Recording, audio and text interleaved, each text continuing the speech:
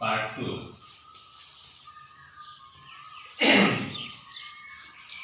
যে দ্ৰাবিড়সকলে উত্তৰ ভাৰতত বসবাস কৰি থকা সময়তেই অৰ্থাৎ প্ৰায় 4000 বছৰ আগতে আৰ্য নামে এটি মানৱ গোষ্ঠী উত্তৰ পশ্চিম ফালেদি ভাৰতত সোমায়।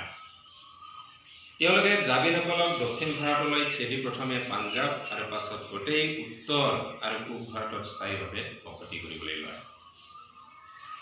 আৰ্যসকলৰ পৰাই অলপ আগতে আৰ্যসকলৰ কথা কোৱা হৈছে, ঠিক নহওক এই আৰ্যসকলৰ পৰাই কি হ'ল 4টা বৰ্ণৰ সৃষ্টি হ'ল। এই 4টা বৰ্ণ হ'ল ব্ৰাহ্মণ, ক্ষত্ৰিয়, শূদ্ৰ আৰু বৈশ্য। উল্লেখযোগ্য যে ভাৰতবৰ্ষলৈ অহা এই মানৱ গোষ্ঠীসমূহৰ শাৰীৰিক গঠন আৰু ভাষা সংস্কৃতি একেবাৰেই পৃথক। বিভিন্ন সময়ত ভাৰতবৰ্ষলৈ বিভিন্ন জনগোষ্ঠীৰ মানুহ আহি আছিল আৰু তেওঁলোকৰ ভাষা আৰু সংস্কৃতি সম্পূৰ্ণৰূপে বেলেগ বেলেগ আছে। এই আৰ্যসকলৰ পিছতো ভাৰতবৰ্ষলৈ আৰু বিভিন্ন জাতিৰ মানুহ আহিছে, অৰ্থাৎ ভাৰতলৈ বিদেশী জাতি অহাৰ পথটো বন্ধ হোৱা নাছিল।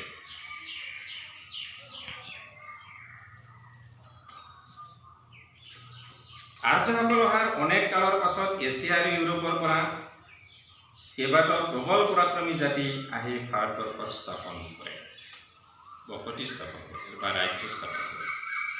এইসকলৰ ভিতৰত কুখান, পাঠান, মোগল, পৰ্তুগীজ, ইংৰাজ, ফৰাচী আদি প্ৰধান।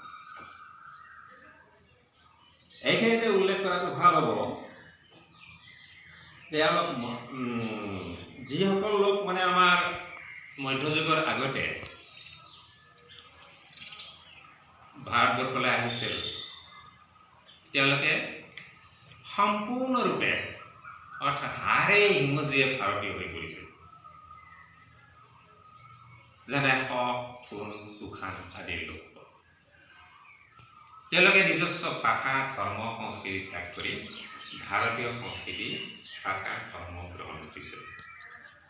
পৰৱৰ্তী সময়ত যিসকল লোক ভাৰতবৰ্ষলৈ আহিল, যেনে পাঠান, মোগল, পৰ্তুগীজ, ইংৰাজ, ফৰাচী আদি, এওঁলোকে কিন্তু নিজস্ব ভাষা সংস্কৃতিটো সম্পূৰ্ণৰূপে এৰি পেলোৱা নাছিল। তেওঁলোকে ভাৰতীয়সকলৰো কিছু পৰিমাণে সভ্যতা সংস্কৃতি গ্ৰহণ কৰিছিল আৰু নিজৰ সংস্কৃতিও তেওঁলোকে ভাৰতীয়সকলৰ মাজত মিলাই দিছিল। আৰু তেওঁলোকে পোনে পোনে শাসক হিচাপে আহিছিল। যেনে মোগলসকল আহিছিল। ভাৰতবৰ্ষত বাবৰে মোগল সাম্ৰাজ্য প্ৰতিষ্ঠা কৰিছিল আৰু এই সাম্ৰাজ্যই অৰ্থাৎ মোগলসকলে ভাৰতবৰ্ষত কেইবাবছৰ ধৰি ৰাজত্ব কৰিছিল। পাঠানসকল আহিছিল, তেওঁলোকেও ভাৰতবৰ্ষত ৰাজ্য স্থাপন কৰি শাসন কৰিছিল। তাৰপিছত পৰ্তুগীজসকল আহিল, ইংৰাজসকল আহিল, ফৰাচীসকল আহিল, তেওঁলোকে ব্যৱসায় সূত্ৰে ভাৰতবৰ্ষলৈ আহিছিল। কিন্তু ভাৰতীয়সকলৰ মাজত থকা, ভাৰতীয় ৰাজন্যবৰ্গৰ মাজত থকা হিংসা দেশ বা তেওঁলোকৰ মাজত থকা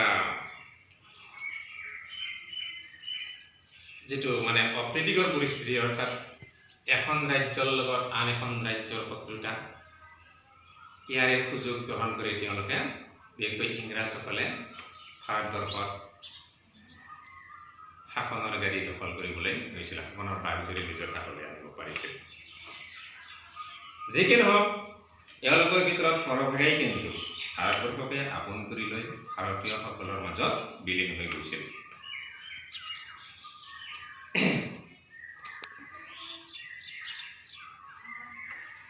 এতিয়া দেখা গ'ল যে এনেকৈ বিভিন্ন সময়ত ভাৰতলৈ অহা বিভিন্ন জনগোষ্ঠীৰ মানুহে ভাৰতবৰ্ষক নিজৰ দেশ বুলি গ্ৰহণ কৰিলে আৰু ভাৰতত কোনো কোনো জাতিৰ লোক সম্পূৰ্ণৰূপে থাকিলে আৰু কোনো কোনো জাতিৰ কিছু সংখ্যক লোক ভাৰতবৰ্ষত থাকিব। বাকীখিনি গুচি গ'ল। এতিয়া আমাৰ অন্য এটা বৈচিত্ৰতা, এই বৈচিত্ৰতাটো হ'ল ক'ত? খাদ্য আৰু সাজপাৰ। আমাৰ ভাৰতৰ বিশেষকৈ পূব আৰু দক্ষিণ ভাৰতৰ মানুহৰ প্ৰধান খাদ্য হ'ল ভাত। পূব আৰু দক্ষিণ ভাৰতৰ মানুহৰ প্ৰধান খাদ্য ভাত। ভাত খাওঁ আমি। তেনে দক্ষিণ ভাৰতৰ লোকসকলেও ভাতেই খায় খাদ্য হিচাপে। কিন্তু উত্তৰ ভাৰত, মধ্য ভাৰত আৰু পশ্চিম ভাৰতীয় লোকৰ প্ৰধান আহাৰ হ'ল ৰুটি। তেওঁলোকে প্ৰধান আহাৰ, প্ৰিন্সিপাল মিল হিচাপে ৰুটি খায়। উত্তৰ, দক্ষিণ আৰু পশ্চিম ভাৰতৰ উচ্চ হিন্দুৰ মাজত মাছ মাংস নচলে, তেওঁলোকে মাছ মাংস নাখায়। কিন্তু পূব ভাৰতৰ সকলো লোকেই মাছ মাংস খায়। অৱশ্যে কিঞ্চিত লোক নিৰামিষও আছে, খুব কম সংখ্যকে নিৰামিষও খায়। এতিয়া পূব ভাৰতৰ মতা মানুহে পোন্ধ মাৰি চুৰিয়া পিন্ধে। পোন্ধ মাৰি চুৰিয়া পিন্ধে মানে লেংটি মাৰে, আমাৰ ধুতি পিন্ধে। কিন্তু দক্ষিণ ভাৰতৰ লোকসকলে পোন্ধ নামাৰি লুঙিৰ দৰে পিন্ধি লয়। লুঙিৰ দৰে পিন্ধি লয়। কেনেকৈ পিন্ধি লয় তোমালোকে আমাৰ ভাৰতৰ উপৰাষ্ট্ৰপতি মহোদয়ৰ ছবিটো চালে গম পাবা ধুতিখন কেনেকৈ পিন্ধি লয়। উত্তৰ ভাৰতৰ পায়জামাৰ আদৰ বেছি। অৱশ্যে বৰ্তমান শিক্ষিত সমাজৰ লংপেণ্টৰ প্ৰচলন অধিক। তেওঁলোকে পায়জামা পিন্ধিছিল যদিও কিন্তু বৰ্তমান পশ্চিমীয়া সভ্যতাটো ভাৰতবৰ্ষত জড়ি পৰিছেতো, সেইকাৰণে লং পেণ্ট পিন্ধিবলৈ লৈছে। আমিও পিন্ধিবলৈ লৈছোঁ।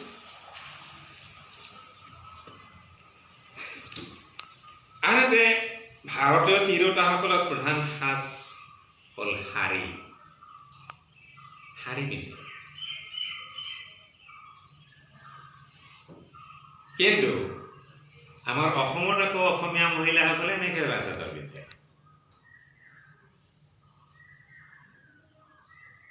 লগতে আমাৰ অসমৰে বিভিন্ন জনগোষ্ঠীৰ মানুহ আছে, জনজাতীয় লোক আছে, তেওঁলোকৰো নিৰ্দিষ্ট পোচাক আছে।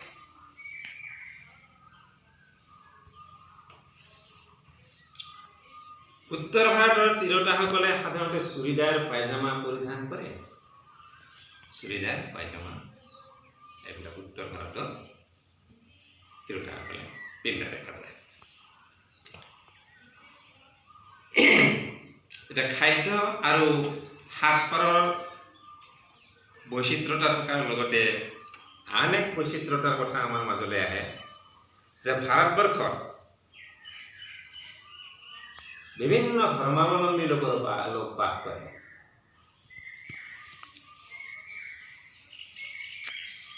কি ধৰ্মৰ লোকে বাস কৰে ভাৰতবৰ্ষত?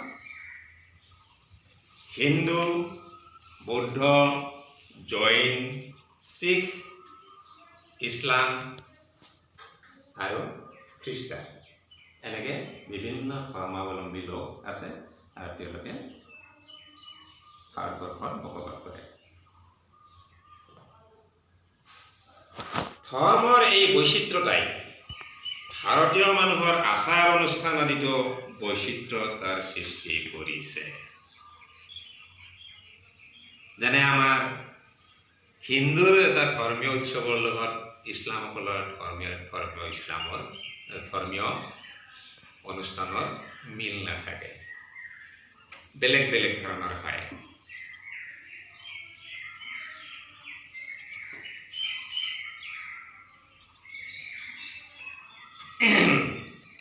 তদুপৰি অঞ্চল বিশেষে মানুহৰ সামাজিক ৰীতি নীতি, খাদ্য, সাজপাৰ আদিতো বৈশিষ্ট্য দেখা যায়।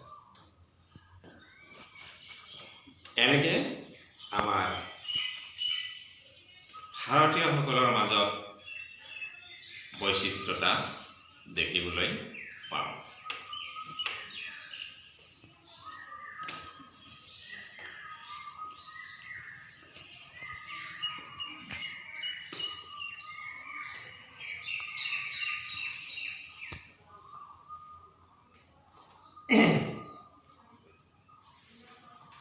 এতিয়া মই বৈচিত্ৰতাৰ কথাখিনি কৈ প্ৰায় শেষেই কৰিলোঁ।